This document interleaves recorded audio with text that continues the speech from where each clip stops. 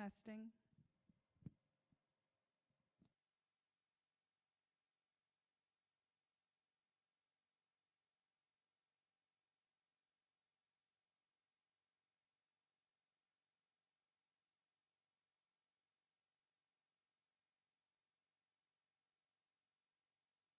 And it's a full volume too. Okay.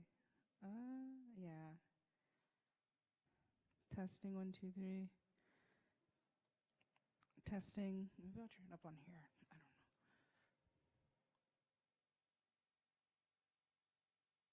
know. Testing, testing. Testing 1, 2, 3. Testing. So low.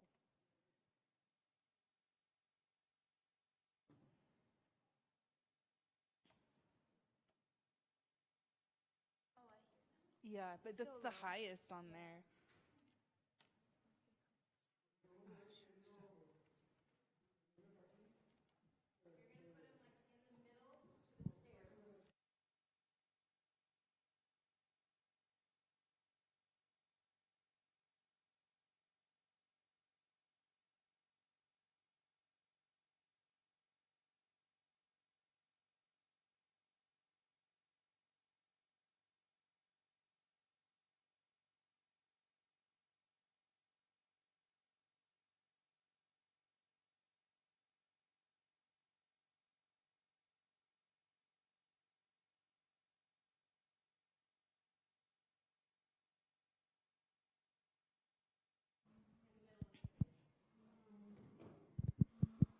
Testing 1, 2, 3. Testing 1, 2, 3.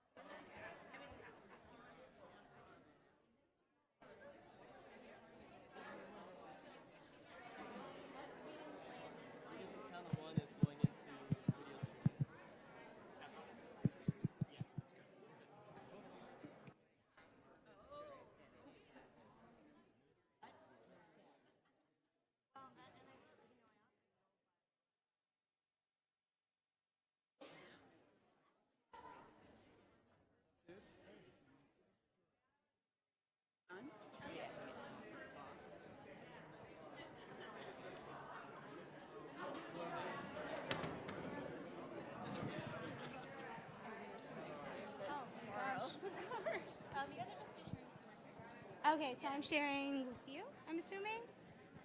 Or this way? And actually, Oh, that's one, so we can share down. Here, if you want to if take you this want one to down. hold it, I think it's more appropriate. So it's split. I think we're good here. Cool. I probably shouldn't. Good afternoon. Good afternoon, everybody. Welcome. I'm Eloisa Gordon Mora, the University Diversity and Inclusion Officer. And on behalf of our office and our fantastic staff, and I want them to raise their hand, a diverse and wonderful staff, Danielle Scruggs over there, Giovanni Izquierdo, Cheyenne McPante, Kamal Kamour, and Susie Navas Ramirez back there. And on behalf also of our hate and bias response team, that despite the name is a fantastically diverse and committed group as well, with whom we organized the logic of this event. We want to welcome you to this second part of a monthly effort we started last November around the larger theme of free speech, tolerance, and social justice, critical perspectives. I will give very brief introductions because we learned from the first experience and we heard you. But before we start the event, I would like to ask Susie Nava Ramirez to do the line acknowledgement. Thank you, Eloisa. Before we begin our town hall in Reno, Nevada, we would like to first acknowledge the traditional territory of the Native peoples of Nevada and extend our appreciation for the opportunity to live and learn on their territory. The names of the tribes of the Great Basin Native people that have historically and currently reside in the state of Nevada include Newe, Western Shoshone, Nuwu, Southern Paiute, Numu, Northern Paiute, Washishu, Washu. Thank you. Learning from our first experience, as I mentioned, we want to leave as much time as possible to the questions from the audience, which is the whole intention of a town hall. We want to stress, however, that in order for this exchange to be as useful as possible, there are certain ground rules that we want to share, and we thank Dr. Cross for having shared this information with us that hopefully will lead into moving the discussion ahead. Last time we were perhaps too focused on themes and content, and what we really want to encourage is how can we better speak with one another, how can we have more constructive and useful dialogues. So those are the ground rules in very general sense. And I also want to encourage that when you address your question, it's a question that has meaning and impact to a larger audience, that if you have a very specific personal issue, we'd be happy to address it at the end. Also, for the sake of not consuming too much time, I will not read the bios of our fantastic panel, but you will see those biographical statements on the screen. For the promotion of shared leadership, we also want to encourage that when you ask your questions, think of the group as a totality, so therefore not everything to President Johnson, which is the obvious, because we want to be working on how the community can develop this type of answers to this type of issues. So our first panelist or respondent next to my left is Dr. Kelly Cross, a faculty member from the engineering school. So a shout out for engineers in here. Next, Emily Dunster from the fantastic library services, who is a e-resources technician. Welcome, Emily. Patricia de la Hoya Vélez, who's a student at UNR, studying political science, my field, so excellent choice. Women's studies and philosophy. Welcome, Patricia. Jose Miguel Pulido León, that you all know, the director of the center, Every Student, Every Story.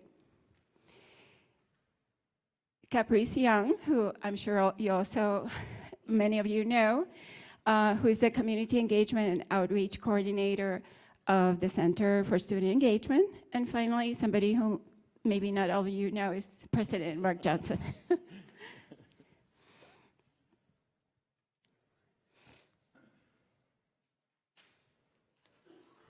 So let's begin with the questions. Last time, because we had such a great number of questions that we did not have the time to respond, we wanted to honor the commitment we make to that first group of addressing those questions. And rather than going one by one, given that there were kind of corresponding themes, similar themes in many of the questions, we, as a group, created this question that addresses many of those themes. So the first question, this is the only question I will be addressing, but taken from the first audience. Everyone in the panel will respond briefly, 3 minutes, and then we open up for discussion. You should have cards in your chairs, but we would encourage, if you can, to address your question in the microphone. If you cannot, or rather not, please raise your hand and somebody will pick up and read that question. First question. While we are not here to assume the burden of our full identity or identities, whether we are race, ethnicity, gender, LGBTQ, religion, ability, etc., how can we engage in meaningful dialogue with people who come from dramatically different cultural, historical legacies, which might even collide with our own histories? And we start with Dr. Cross.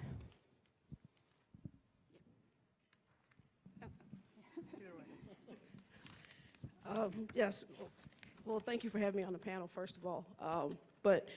To get us started, I think the primary thing is to, first of all, present your full self, be authentic in who you are and what you present and what you bring to the table. But then also appreciate that other people have other perspectives. So being open to ideas that might be counter to your own. So I would encourage you to bring yourself, your full self, but then also be open to other ideas. So I work in a library, and I'm going to answer this question like a librarian would. The idea of meaningful dialogue has been around for centuries, right? So I'm not sure if I can answer this question or if any of us can in the few minutes we have up here on stage. The Socratic method is an early form of dialogue as sustained questioning, engaging individuals to formulate their own theories on how the world works, which was first described by Plato around 399 BC. I'm no Chidi Araganye, but I can tell you that there are plenty of scholars still hashing this out. If you want my personal opinion, I would say that many people came into conversations that should be meaningful dialogue and view them instead as debate. The Oxford English Dictionary defines dialogue as a discussion between representatives of different countries or groups, especially with a view to resolving conflict or solving a problem. It defines debate, on the other hand, as contention in argument, dispute, controversy, or discussion. So I guess what I would say about this question is to go into a dialogue as just that. View it as a way to resolve a conflict or solve a problem. If the dialogue is turning into a debate or you feel uncomfortable, leave the situation. As stated in our question, the onus isn't on you to assume the full burden of whatever cultural historical legacy you bring to the table. I think that mutual dialogue really begins with mutual respect. Having a meaningful dialogue begins with that. I think that my experience on campus has not really exemplary or been an example of that thus far. I've engaged in dialogues with students on campus that haven't had the mutual respect that's needed. And I think that's why on campus we feel as though talking about these difficult discussions are so hard, because we're not having this mutual respect for each one's perspectives and experience and identities. I think that's like one of the key things to having mutual respect and dialogue. I think that's so important. I think it's also important to know one's boundaries in a conversation. If one is not comfortable with what the other individual is saying or what the other group is saying, then I think somebody should know for themselves that they shouldn't engage in that conversation. If it's not something that is going to really be respectful for them or comfortable for them, it's good to know your boundaries and step away from it. For me, I think when we're looking at this, I come from a long legacy of storytellers in my family. And I grew up with my great-grandfather in a household, he's like 80, 90 years old. And so I had to learn how to sit through 3 hours of storytelling. This is how I came here, this is how I came to be. And so I was willing to sit through things that weren't necessarily that wonderful, because he would convey the difficulties of his experience. And me with my bad Spanish and him only speaking Spanish, you can imagine that difficulty in translation. And I think that is the basis of how I'm engaging in difference, was with my own family, with my own great-grandfather. And so whenever I'm working with students or full-time staff, it's always sitting down and understanding that story. We may not agree, we may not even come to a point of agreement, but it's the listening. That's a gift that I am very grateful that I was taught by my great-grandfather. In all instances, listen. And I think that was his form of discipline, that was his form of reward, that was all of these things. And so that's what I bring to the table whenever I'm looking at these situations, and how I help others to engage in more meaningful interaction, even whenever we're not necessarily seeing eye to eye. I would like to say thank you, Eloisa, for having me. But I would say that the basis should be education. As some of my colleagues have said, that we're not here to change people. We're not here to, we know that there may be some differences, but if we educate people on the differences that we have, the similarities that we may have as well, it can help us see things from different perspectives. We come from long lines of people who have changed stories. Have you ever played the game of telephone, and you know how you pass it from one person to another? And I feel like sometimes that's how perspectives happen. That's how sometimes education changes. And so by educating one another on the experiences that we have that are unique to ourselves, but also making sure that we're opening up for somebody to tell us their unique experiences, gives us the chance to be educated on why somebody has a different perspective. It may not be that they're so set in stone in their ways, but that's all that they may know. They may come from families who have strong values just like I may have, but as long as I'm open to hearing, well, this is the experiences of my parents, these are the experiences of my grandparents, I can understand, well, this is why their mentality is a certain way, but they haven't been tested to hear somebody else's perspective or to change their ways of thinking. Thank you, and thank you, Eloisa, for having the panel. I think most of what I was about to say has been said. As Patricia said, you have to enter a conversation with genuine respect for the people you're having a conversation with. Jose hit another very important point. You've got to listen. And then from an educational standpoint, like Patrice says, one has to approach a conversation with a genuine seeking of understanding. You respect the people you're talking to, you listen intently to gain understanding, and you share your perspective as well. Very good. So I just checking the time. We are right on time. We have at least 45 minutes to open up the discussion.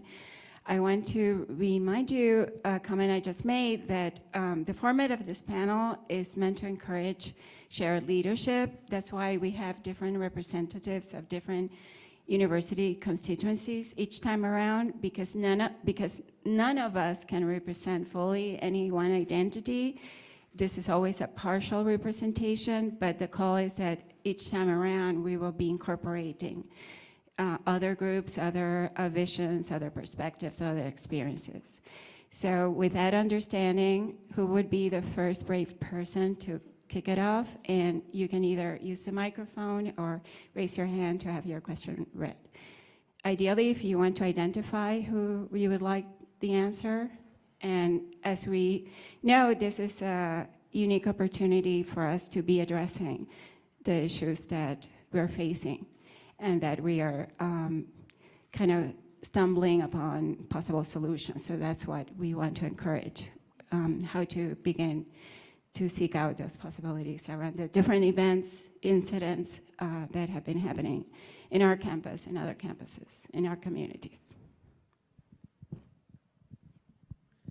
As a true educator, I can ask questions of you if you don't have questions for us.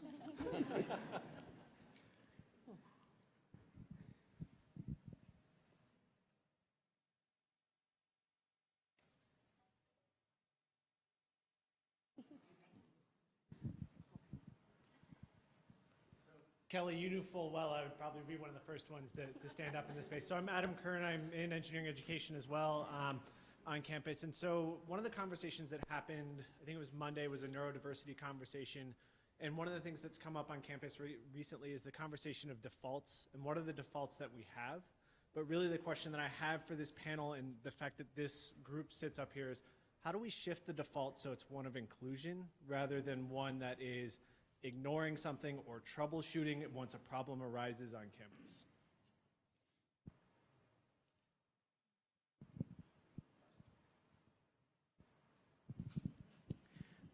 I think when we're looking at situations like this, oftentimes we are consistently thinking through our own perspective.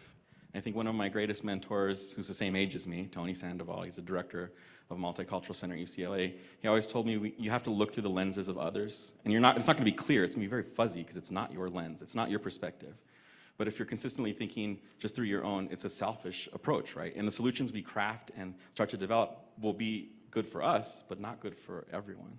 And so I watched him, bring in students, staff, faculty, community members to solve problems. And it was a messy way to solve the problem, but in the end, it was sustainable. In the end, it made some real change. It ruffled a lot of feathers. It made folks upset because there is a hierarchy, there's a process, there's a procedure. And that's the main thing he taught me through this. Is this a policy? Is this a process? Is this a procedure? And what law is guiding this? Where's it written down? And if it's not, challenge all of it. And this is an administrator telling a student and telling his colleagues and individuals within the student affairs profession to do that. And I carry that with me. I think that that's the way we have to look at things, is always consistently doing that. Do better by those around us. And that's going to be uncomfortable for us, right? Because we have to look through that different perspective consistently.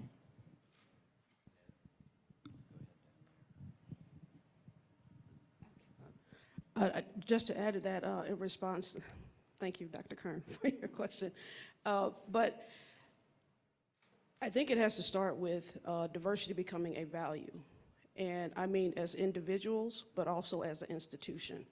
As long as we see, and I'll just use my own college, the College of Engineering, where we tend to see we have a diversity, we have a minority engineering program, we have a women in engineering program, and it's actually separate from the academic mission.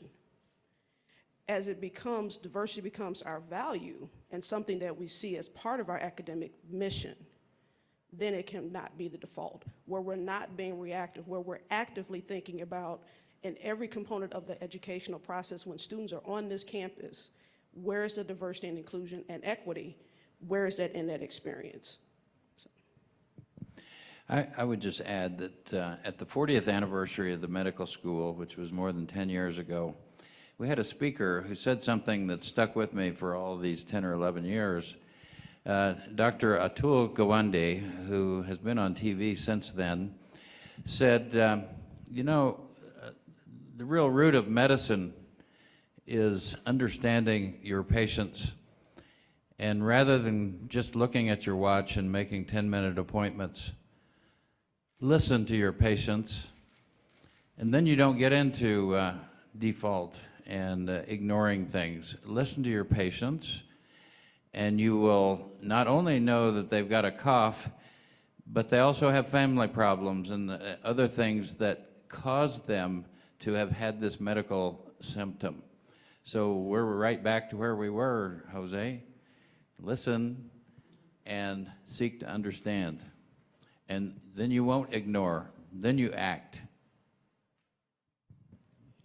I would also like to add that for students and professionals to make issues or topics surrounding diversity, inclusion, and equity something that we do before an issue happens, not to be a reactionary cause, but to be proactive. So I think personally, I saw as a student and as a professional, we looked at policies, we looked at the accessibility of certain things, but it was when an issue occurred or when a social justice thing bullying on a national basis was arising, but it wasn't when we first stepped on campus that we were able to notice that, hey, this isn't equitable, hey, this isn't promoting diversity and inclusion, but that also means that we have to change our mind frames, and that diversity and inclusion and equity should be in all of our forefronts, in all of our departments, in all of our minds, and it shouldn't just be something that's based solely on the center or solely on the Office of Diversity and Inclusion, but in every framework that we're doing.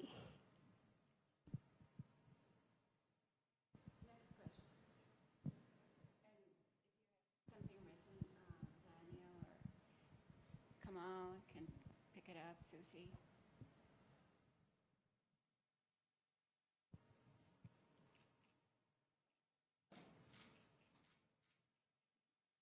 Good, thank you. Hi, no one else got up, so I'll get up. I'm excited. So my question is kind of, I guess, like also a bit of a reflection on who we see in the room here, but I'm wondering where you all think that we should have and host our discussions, and sometimes difficult discussions, surrounding social justice and tolerance on campus. Where do you think it should happen? Because when you look around this room today, there's not actually that many students present, and we have 16,000 plus undergrads that are being in some way affected by this, or are not having discussions about it, not learning about it, not exchanging in those ideas. So where do you think they should, where should those discussions start? And then how can each of us be part of them? I'll start by saying I think that that conversation needs to be facilitated. That is not, for it to be meaningful and actually productive, because you have people with different knowledge bases, people with different experiences, and so you need someone that can manage a difficult conversation or a conflict that may arise in that conversation. So I would say it's useful to have those, but we need to have facilitators that know how to manage those types of conversations. So I would start with, if we want to look at particular groups, looking at administration versus faculty or students, but having training sessions around with a facilitator to have those, to guide those conversations, and not just we're in a room and talking about race relations or whatever it is, right? Because that can become very contentious very quickly. So just speaking from faculty, we argue about curriculum, so. Right, and these are deeply held beliefs, right? And so that would be my one take, is that make sure that it's a guided conversation and not just a free-for-all. And just adding to that, I mean, it's kind of what I said earlier about the Socratic method, right? So this is a skill that you learn. It's people have been talking about how to do this for hundreds of years. So it's not something that you're going to be able to just do off the cuff in the quad.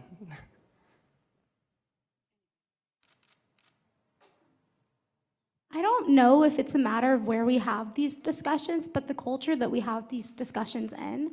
I don't know if this university is ready to have a productive discussion on social justice and tolerance and freedom of speech because of the division that we have here with ideologies and identities that exist.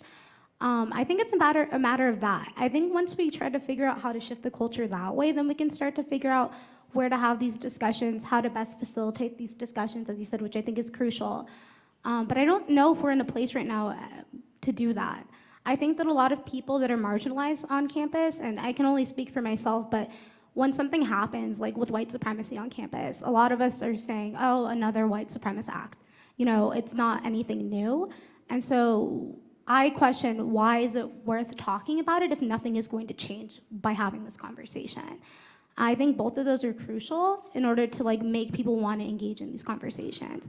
And the lack of action and the lack of productivity in these discussions, the ones that we do have, I think right now, makes people not want to be part of these, especially people that typically would care about these things.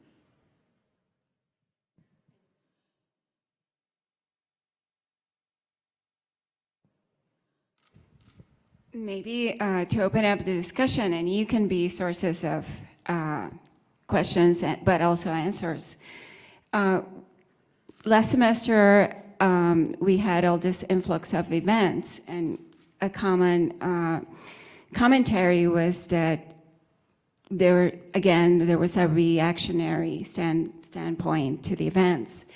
So I think, can we start defining what would be more proactive responses to those types of events? You know, just now we were coming from the hate and bias response team, and this proliferation, for instance, of swastikas that we see either done in pens or carved or whatever, besides the educational necessity to speak about the history of the swastika, its relation with genocide, with white master races and all that, what are more concrete examples of steps that maybe we are not taking, that we could be taking when we encounter those flyers, et cetera?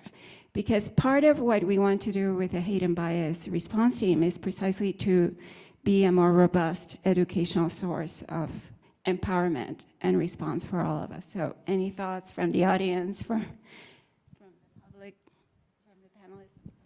I would say making sure that we're creating spaces on campus for our students to express their feelings when situations happen, or when they're not feeling included, or they don't have the sense of belonging, because a lot of times people just want to point the finger and it goes straight to one person, but it really, there's somebody else that could assist in that, or that you could have a better connection. But I think sometimes there's a disconnect with students, with administration, with faculty, whatever the case may be, and we're not doing our due diligence as a university to students to make sure that they know where these sources are. And not everybody is going to have the same relationship with one student, but making sure that those students can make those connections with certain administrators, with certain faculty, and making sure we make that connection when they first get to campus, and not saying, if you guys are having an issue, if you're dealing with a crisis, to go to the counseling center. If you're dealing with an issue of diversity, go to the center and talk to one of the people that work there,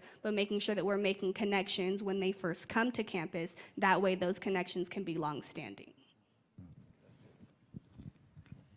Yeah, I would just add very briefly that I understand there's this perceived power structure, and it's difficult for some groups to think they can challenge others.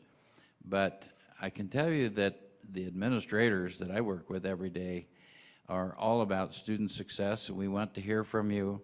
All it takes is a phone call to any of our offices and say, can we meet with you and talk with you? We will respond positively. Yes, we will talk with you, we will listen to you. So we need to break down those perceived barriers of the what we call the power structure. I also think the union is a wonderful place, because this place belongs to the whole campus, especially the students. So this is a good place to formulate discussion groups and the like. Next question. I know this side is dying to stand up. Yes, good. Hi. Sorry if I speak fast, I'm kind of nervous. But maybe this is more for the students, just because we're talking about how underprivileged students or marginalized students are feeling unsafe or unheard. It's often said, I'm stealing this from her, but the people closest to the problem are closest to the solution.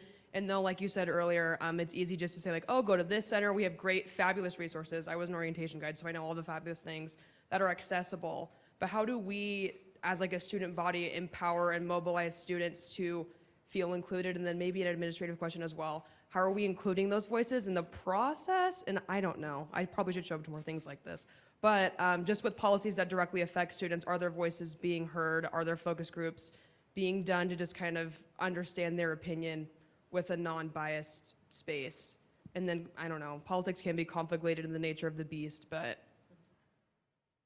I don't know, maybe it's just a nature just to feel unsafe sometimes having these discussions. But I just wonder how we can go about making people feel more safe and heard legislatively, while also in the classroom and like just walking around campus. Excellent. Who wants to start? Oh man, okay. No, it's okay. I don't know, I think about this all the time because I hear it constantly. I'm very involved in the activist community. here on campus, but just in the state of Nevada. And a lot of people question, how do we really ensure safety on campus? And this is something I literally think about probably 110 times a day. I really don't know. I think that for us that do activism, I think that there should be more encouragement of doing activism and really doing advocacy for students on campus, but also allowing pathways to do that advocacy. In my experience, I think this is the most active I've been in activism on campus this past year, in the fall and upcoming into the spring of this semester. And I've had like numerous times where I'm like, well, this policy says that you can't do this. And I'm like, okay, well, where does it say that in the policy? And then people fighting me back on it and like ultimately like silencing the voice that I wanted to uplift. I think that there needs to be a better pathway to let students do that kind of advocacy on campus and take a firm stance against things that are making them feel unsafe, including white supremacy. I'm sure we're all aware of the events that happened in October. There was a lot of efforts against those events, and we try to do it, or my group in particular, tried to do it in a way that was going to be in policy, and then we were told that it wasn't in policy, even though that policy was never pushed on any other group prior to us. And then the same thing, like this past Saturday, I was out talking about politics in one of the dorms, and then police was called on me, and like there were 5 cop cars that showed up, and they were saying it was against policy, but again, the policy never said that. So I think this is something that really administrators need to focus on, is making an easier pathway for advocacy and activism on campus. I'd like to ask the questioner, how can we get more student voices involved? If we just hold events and some people are too shy to talk, they don't come, would it be helpful if we actually took like a random sample and actually overtly invited people to come and discuss issues so that you felt more invited rather than, I don't know if I should be there or not? Yeah. Sorry, it said we were streaming. Well, I have a question too. I would just say, well, we're both political science students, so I feel like when the whole Charlottesville thing happened, our professors are very aware, and I've had a very welcoming experience with all of my professors. I'm thankful for that. But I feel like, as you said earlier, it can't just be relying on the center or the diversity and inclusion program. I feel as like a black student as well as a brown student, I just feel it starts in the classroom. It needs to start with faculty, and it just needs to be more of a respectful space, and all of my professors have done so.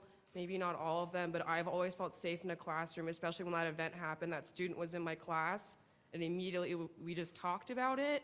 I could go to him after, and it was fine, but I think it can't just be like the political science department, diversity and inclusion. Like even in engineering, I think it starts with the faculty first, and starting out that way. I don't know if you guys want to add on that. I have a question. Well, I think I agree with you in terms of the faculty responsibility. As a matter of fact, that's a lot of the focus of my research is on that. But what I'm hearing is that I think that, again, we all have to collectively take responsibility, because to the president's point, if he doesn't have the information, or if the administration doesn't have the information, if a student does not have that relationship, and for my colleagues who are administrators in the room, just know that your brown and black students, yes, they are probably afraid to talk to you. So you will have to extend yourself to get them to actually talk to you. But as we conduct research and we think about it systematically, there are ways to get access to that information, but we have to work together to do that. Because to the point, you know, we were all undergraduate students at one point. As undergrad, I don't think I would have been very confident go telling the president, oh, I experienced such and such in my classroom, right? None of us would feel comfortable with that. Yes? Yes. Okay. So the question becomes is, how do we get that information? How do we actually do that? And there are techniques and strategies to do that, but again, it has to be coordinated so that it goes directly to the people who are responsible for creating and ensuring that the classroom, that the dorm room, that the whatever is safe, right? And then also we need to think about safe. When we're saying safe, we're talking about physical safety, right? Emotional safety, right? And also mental, psychological safety as well, right? So are all of our students actually experiencing that in whatever, whether it's a student activity or in the classroom or in engagement with the faculty member, are they experiencing those different levels of safety? So. Anybody else? I would just like to add that, like, because you had political science classes, I don't know if those are the only professors that you experienced, but they may have been like better versed in having those conversations. So I think as administration and faculty need to be better educated on how to have those dialogues in class, because I know that I experienced as an undergrad faculty who just kept teaching like nothing happened, and it may not have been that same incident, but it could have been the election of the current national president and other things of that nature, where faculty kind of just kept teaching like students' lives weren't being affected, and it kind of felt like everything that was happening on a national scale, I had the perception that they didn't think it affected us on an individual basis. So educating faculty and making sure that they're being trained on how to teach equitably, and making sure that they're tending to all the needs of their students, not just the in-class academic needs. I think it does start with students, but staff and faculty, for most of us, have to be okay with being uncomfortable. It has to start with us in that realm. Oftentimes, we're not willing to be vulnerable and put ourselves out there in the same way that students do. So when students do that, we don't reflect that. We may have the same fears and concerns, and you're not aware of that because we're not trained in the way in which we function, like the methods of our interaction, to be vulnerable. And I think oftentimes we need to be able to say, I was affected by that. It impacted me as well. We need to take some time right now to just address that. And we're not willing to sit in that uncomfortability. As staff and faculty, we want to move on. And students are like, well, I'm living this every day. I'm uncomfortable all the time. All those elements of not feeling safe are conceptualizing me on a consistent basis. When I get up in the morning, I don't want to come to campus. And when I hear that, it's awful to hear, but I need to be okay with feeling uncomfortable with what a student's communicating to me, and then acting, and creating that space for students to have that action.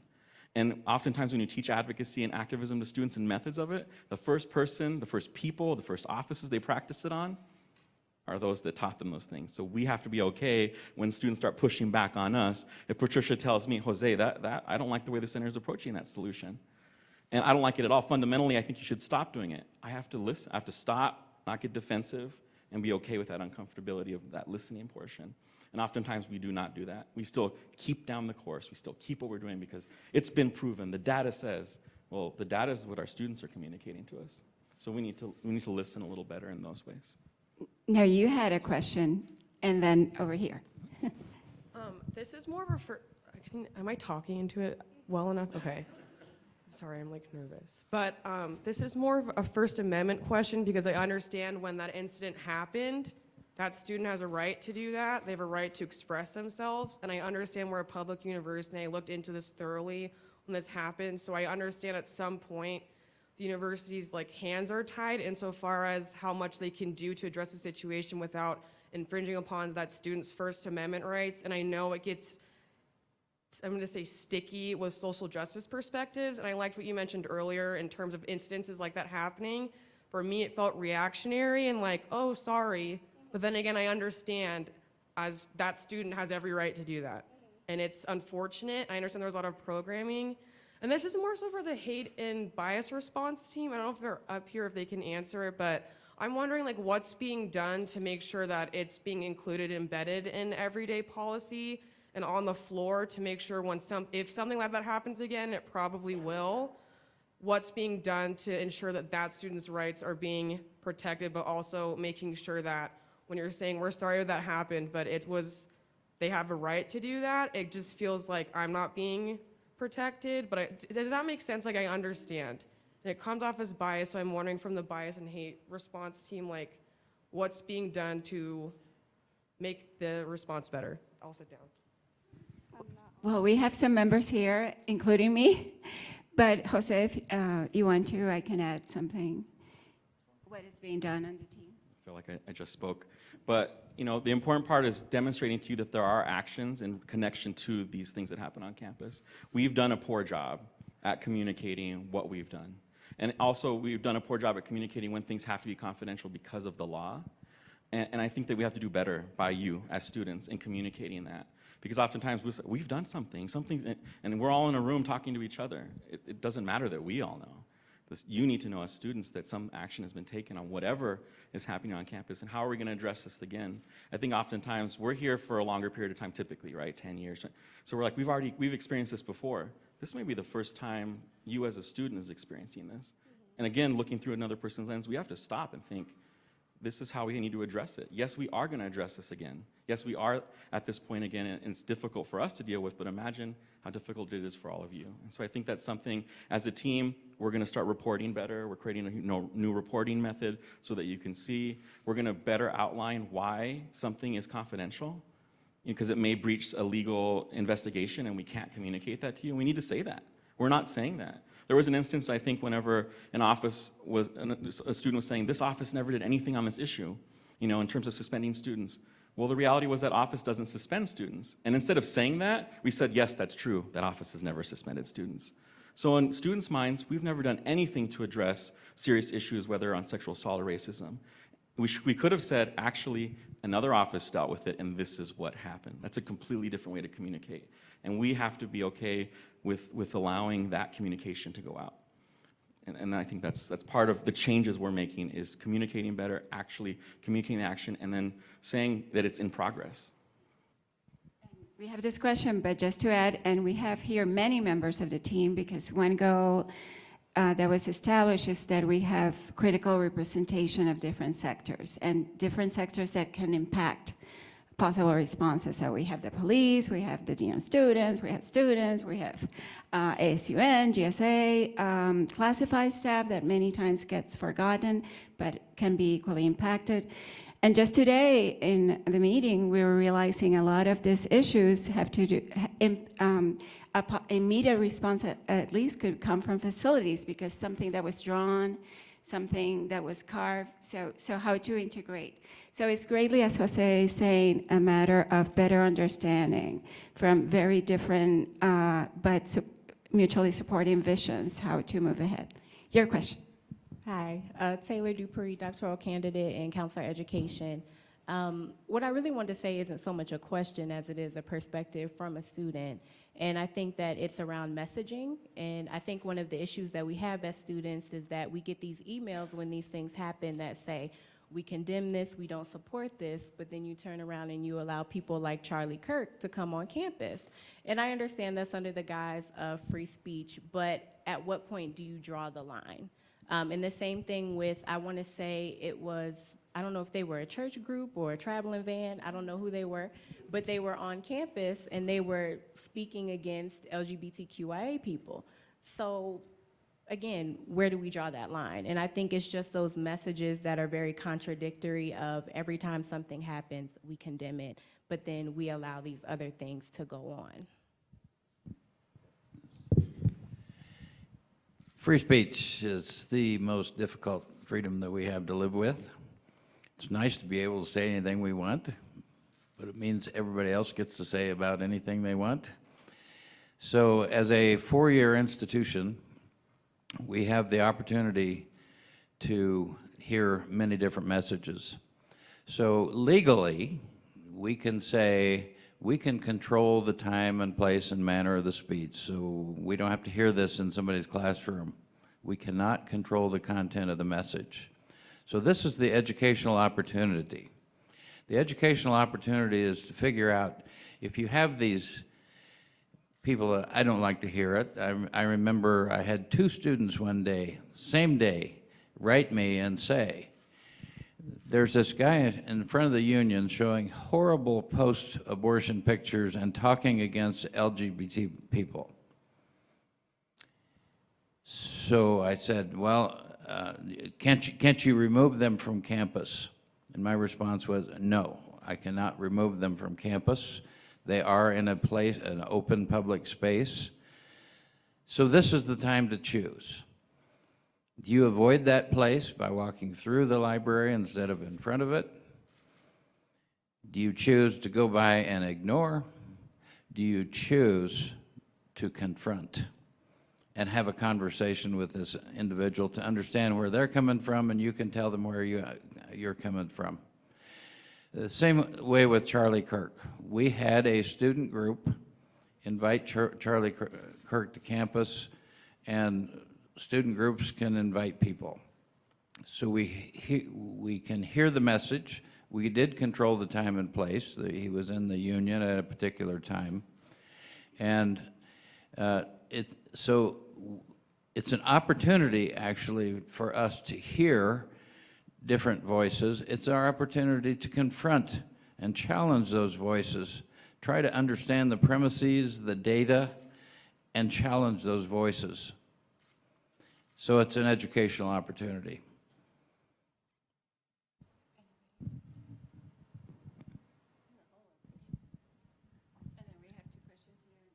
So I'm on the EDI committee at the library, and we've actually heard from students who actually feel frightened coming and going from the library at times when there's groups like that that are outside, because they kind of effectively block a safe passageway between the library and the jail. So I guess my question is more like a question to you, I guess. I'm asking a question. Like, what do we do about that? If a student actually doesn't feel safe walking between buildings? We can control the space. If they're actually blocking the passageway, we can get them to move. But there are many different entrances to the library. Again, a person can choose: confront, avoid, take a different path. But we can't stop someone from expressing their message. Just like we don't, it's a difference between those who hold a majority view and those who hold a minority viewpoint. If you hold a minority viewpoint, do you not get to speak? Is that the environment of an open university? Or is it an opportunity to hear different views and learn how to challenge and learn how to consider ideas?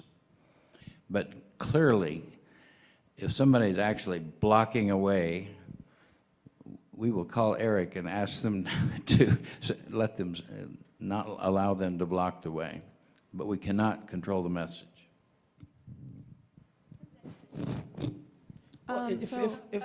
Just one thing very quickly, to that point, my understanding of some of the incidents on campus, from the student perspective, the concern is which minority voices are allowed to be heard and which ones are protected and allowed to be, to have that same respect.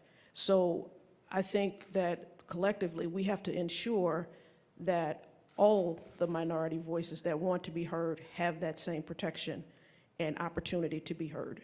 So it's fine if someone has a counter perspective to general society, that's fine, but there are also others that are minoritized or marginalized groups that do not have that same protection or do not feel the same protection that that particular group felt. So being consistent with the policy and how it is enacted and how people feel protected is a goal that we can strive for. Agreed. Okay, so my biggest concern is that despite the fact that we have all of these departments and all of these events hosted for students, these are rarely actually reaching the students who would probably benefit most from these views. In fact, it's far too easy and too common for students to find and establish an echo chamber for themselves where they will never hear from another opinion. For all 4 years that they're here, they can fly under the radar, and the university will hear from the students who already care about these things and agree with the opinions that are being said. In fact, the Turning Point thing is a great example of how this is established, whereas all of those students were willing to go to an event where it only further established their beliefs. It crossed into the area of straight up propaganda because there is nothing that was said that they didn't already agree with. And rarely is there an opportunity for these two paths to cross, whereas these are the 4 years where most students are probably in the most diverse environment they will ever be in for the rest of their lives, before they go off to the workforce and they have more to do than just study and interact with other students. So I see it more so as an obligation of a university to break down these barriers and provide a platform for debate Whereas you can bring people like Charlie Kirk on, but you should also probably bring someone for Charlie Kirk to be debating against, someone from the opposite view. These are the years where we should be seeing these two sides going against each other, because for the rest of our lives, we're going to be watching, you know, the news that often take one side or the other.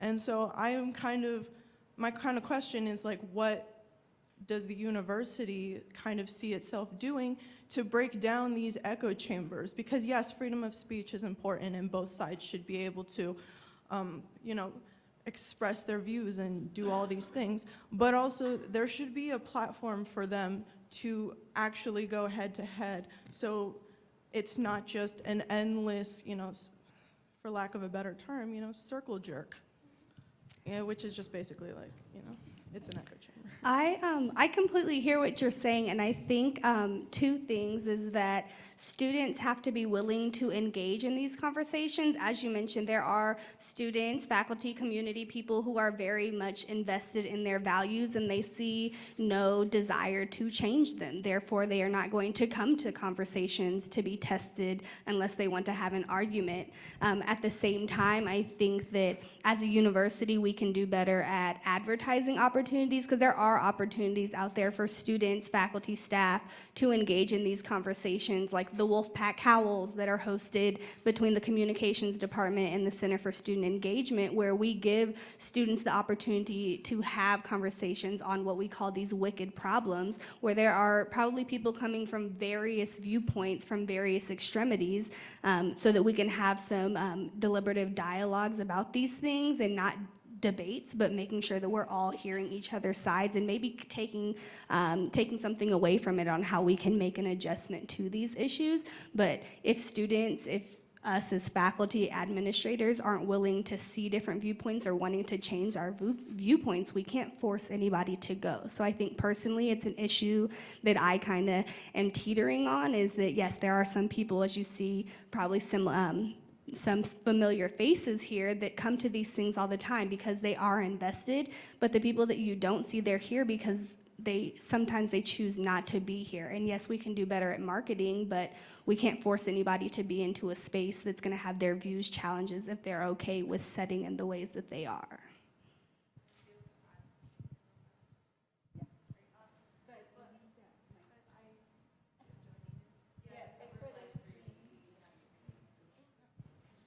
Yeah, Joko, just hand her the mic. So more so my thing is, I understand that these will not reach students who are not interested in what the university is putting out. But the university is bringing their icons onto campus anyways. We're not able to say, no, you cannot come on here.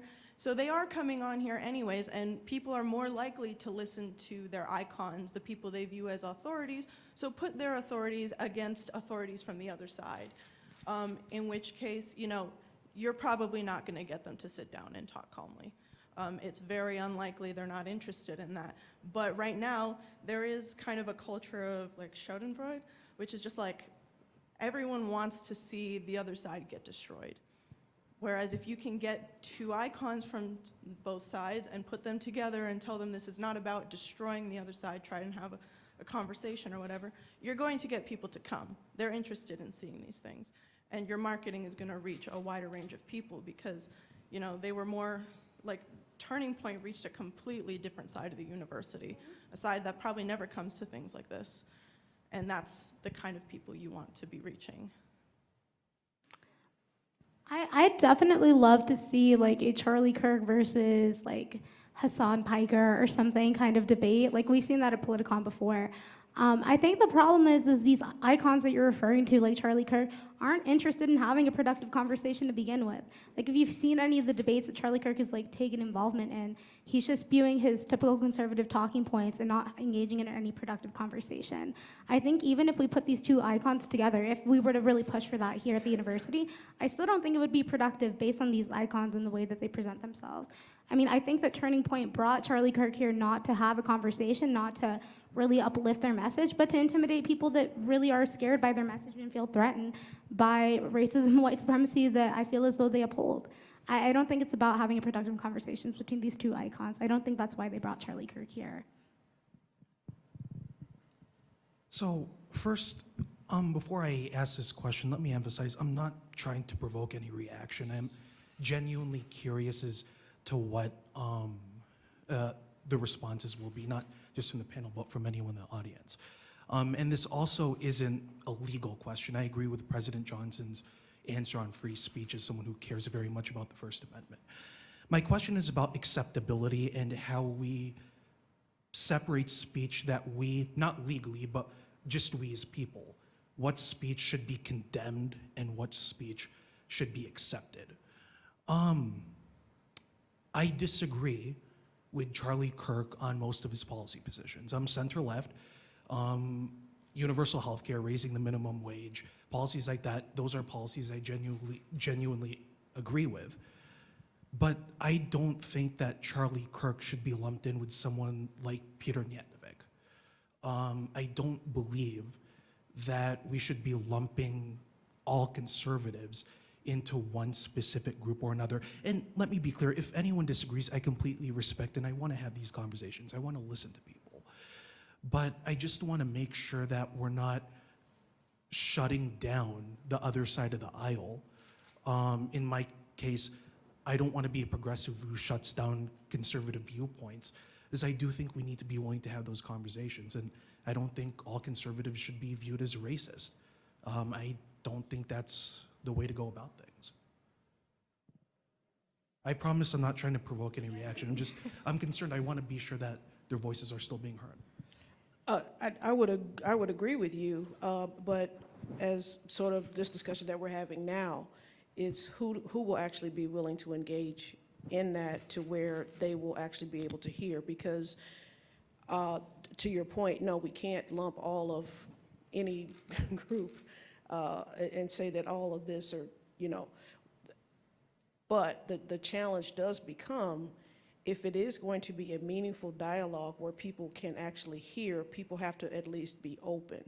And I'll just use this in the case of, I do bias training, right? And when I do bias training, I focus on the group that is unsure. So I focus on the group that is saying, okay, I've had these ideas I've heard about these things, or I have these ideas, but there are other ways that I want to learn, right? That is a person that would be useful in that sort of dialogue of presenting counter ideas.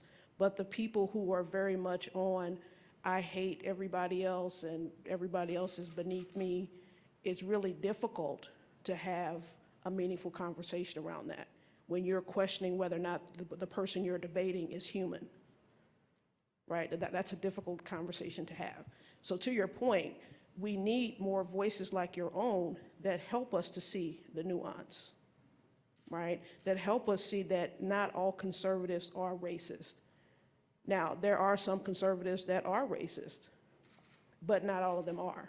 And, right, there are progressives that are racist as well. And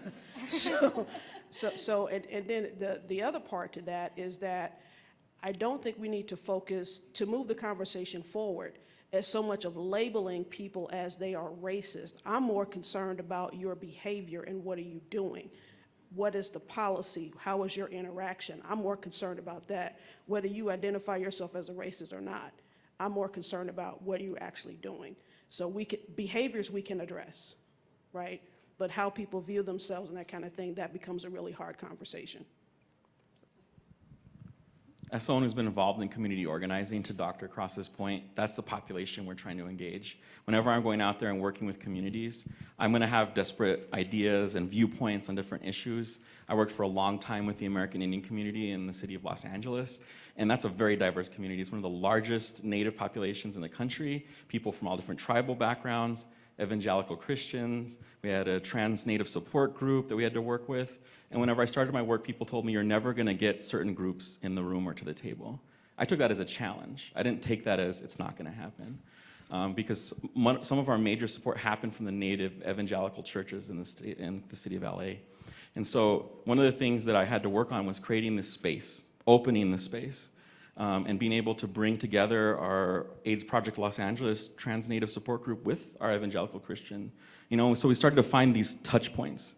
So we did it, and it sounds really simplistic, but we had a fry bread time, and fry bread's something that isn't necessarily traditional, but it was built in because of subsistence, right? That's the only thing the federal government gave a lot of Native communities, so what they created was this fry bread, this bread that's fried. And so we had these dialogue groups around that and making that bread together. And people started to talk and have these conversations. And in those conversations, they started to actually humanize each other because they're sharing their experiences about how they remember when their grandmother made that fry bread together. And then all of a sudden, when we're doing this work, we were doing the census, it was 2010, we're doing census work. You had census pairs going out there and looking for the Native community, and they were both from our trans support group and our evangelical component of our community. And they were doing collective work to make change, to ensure that Natives were counted so that services could be rendered in an appropriate way for that whole community. And that's what I took pride in, the fact you can bring people to the table. Was it difficult? Absolutely. Were there arguments? Yes. Was it this clean process? No, it wasn't. It was a lot of difficult conversations. It was a lot of time and investment from people. And it was bringing together these sort of differential sort of opinions about how the world functions and how they're perceived. But we had real work to do. We needed the census to happen. We needed services to be rendered in an appropriate way to all Native people in the city of LA. And so I think that when there's a common goal that's there, and you're bringing people together in a very intentional way that's strategic, Dr. Cross also talked to that, you can make change. But as a facilitator of that, you need to be willing to be in those situations and bring that together. And that's where students, staff, and faculty need to play roles of bringing folks to the table to have that difficult conversation in a way that's going to end up where we're actually moving forward as a campus. We have one last question, or no, come. But I just wanted to recognize also somebody who had a question. Yeah, that, I'm going to ask you because it was her turn. So, and before your question, I just want to add that, of course, this is just a 1-hour event, but this is part of the many things that we can be thinking of doing when we are organizing this type of encounters. The invitation is open to the whole university community, the participants that we want to have here. We very much want to include, as a person who just spoke said, different ideological perspectives as well. But this is a process, and part of the reason certain people are here and not yet others is also the willingness and comfort levels of different individuals to participate in this. We have to remember that the history of racism, colonialism, and et cetera, of the United States is many centuries old. So it's part of the kind of long-term, but it has to be consistent process of how to address it. Your question. Hello. Just to clarify, I sat down because she actually touched on some things I was going to talk about, but some things came up as the conversation went on. And just something I want to bring up and kind of bring to the forefront. Oh my gosh. First and foremost, I think one thing to think about is when we're talking about these spaces and people feeling the ability to bring like Charlie Kirk or different things like that to campus and discuss these things or whatever the case may be, I think a big component of that is power. As a marginalized student, I don't think it ever come to my mind to invite someone I idolize or someone that I believe in the things that I believe in to come to campus, because for various reasons, either most people won't care, because it won't be supported, whatever the case may be. So I kind of challenge all faculty and whoever wants to sit at the table to think about how can we, at least in our space, because I mean, we have systems that outside of our university, but we can make changes within our university to bring more power and bring more encouragement to students that are through these opposing views to feel like they can actually have a voice and actually make their statement just as another student may, because they already feel like they can. So that's it. Glad you spoke. Anybody wants to comment? And we have one question here, and the last person who, yes. So you will be the last. Okay, hi. I'm Matt Cotter. I'm here from the Sagebrush. I'm covering this event. And I had a question from, I mean, we kind of got off this subject, but I did have a question, and it kind of tied in with his question over there. For President Johnson, when you were giving examples of perhaps free speech issues that arise on campus, like with people with the signs, with the fetuses and such like that. So I've done a little research, and I do know that legally speaking, free speech does not cover every single type of speech. I mean, obviously everyone knows the classic example of yelling fire in a crowded building, but it also doesn't cover things like what people call like fighting words, or purposely incendiary language, or language that's only meant to provoke a response, or language that's inciting violence. So at what point does the heads of the university of different offices start to look into that? At what point do people start to question the line of free speech from a legal perspective, and what is and isn't allowed on campus? How do you guys go about that in a case-by-case basis? People can raise these issues, and we have a group of attorneys. So if something does border on creating chaos, creating danger like fire, yelling fire, things of that nature, then that is illegal. It's not part of free speech. That's a long case history in the courts. However, there is a line way over on one side. What we have to learn here is that free speech is pretty open. I'm an economist. Free markets are purposeful, but there are markets that harm people. So just the market mechanism itself is not great. Free speech by itself is not great. It's a mechanism. And then in our educational environment here, we have to learn how to use the tool of speech to build each other up and respect and understand. So our purpose here is to learn from different ideas. I just love the theme of these last 2 or 3 folks here. They say, we really need to hear both sides of some of these issues. Not yelling fire in the crowd, but we need to hear conservative and liberal voices so that we can consider different points of view. So if it gets all the way down to the legalistic issue of, is somebody really crossing the line and therefore creating physical danger, we will have attorneys involved in that. Hello, my question is regarding students. What advice would you give to a student struggling with connecting to campus based on their identity or identities? I kind of struggle sometimes reflecting on my experience as an undergraduate student, because I think the way that I was raised and the personality that I have, I'm very much engaging. I want to seek those answers that I can't find at the forefront of a website or something like that. But I think it's about making those personal connections, just like I've advocated that us as administrators are making the connection with the student up front. I think giving students the space to make those connections early on as well at orientation. I think it's encouraging to make the connections not just with administrators, but with upperclassmen that can kind of mentor them in a way, and maybe not so much in a formalized manner, but giving them the opportunity and the access to different avenues of campus. I think that it's reluctant that they make a connection with the center because everybody kind of meets up at the fishbowl, you know, but making sure that students get the access to different departments that they may not be able to see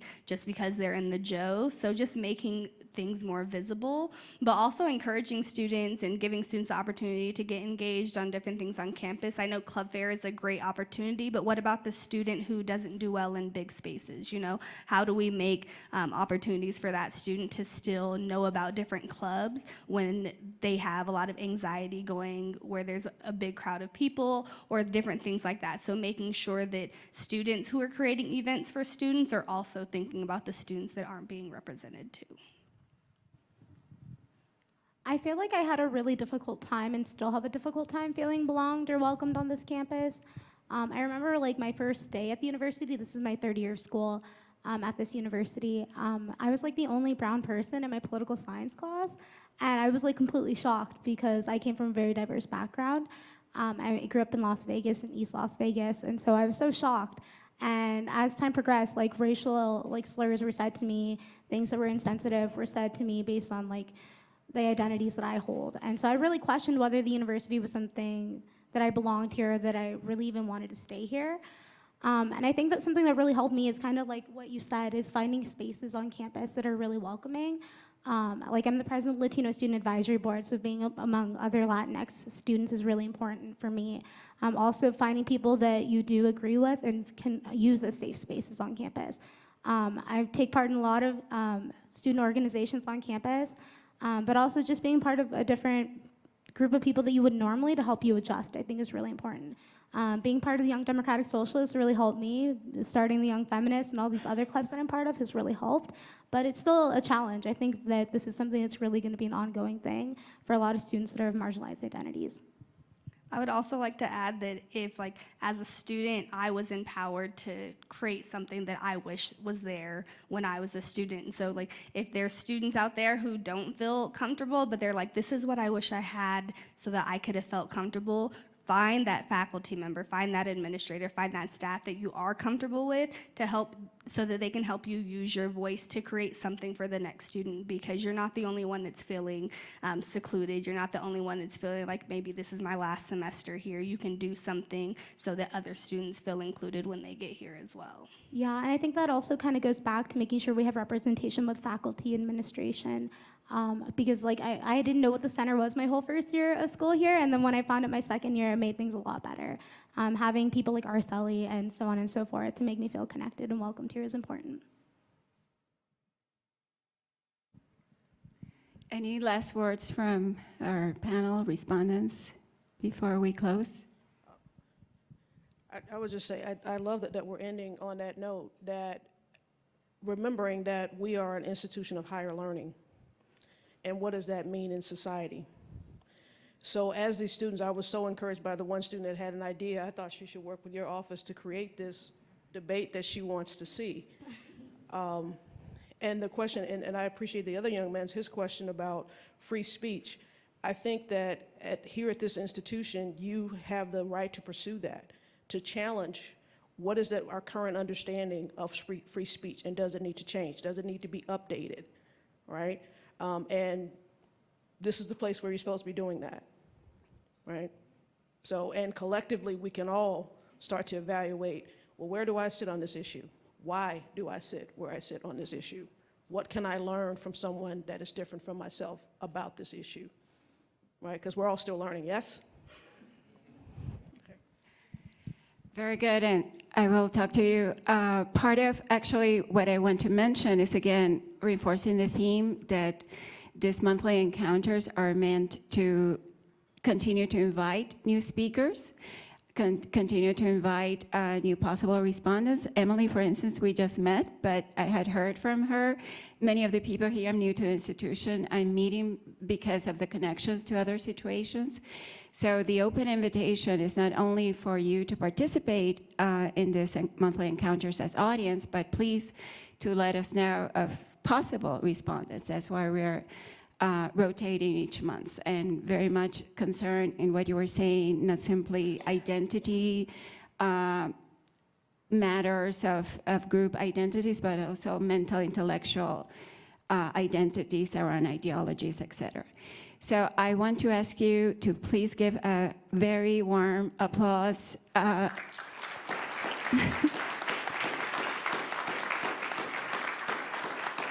this magnificent panel. We are honored with their intelligence, with their commitment, but also with their willingness to accept the invitation and sit up here in this uncomfortable chairs. I'm sorry, Chuck.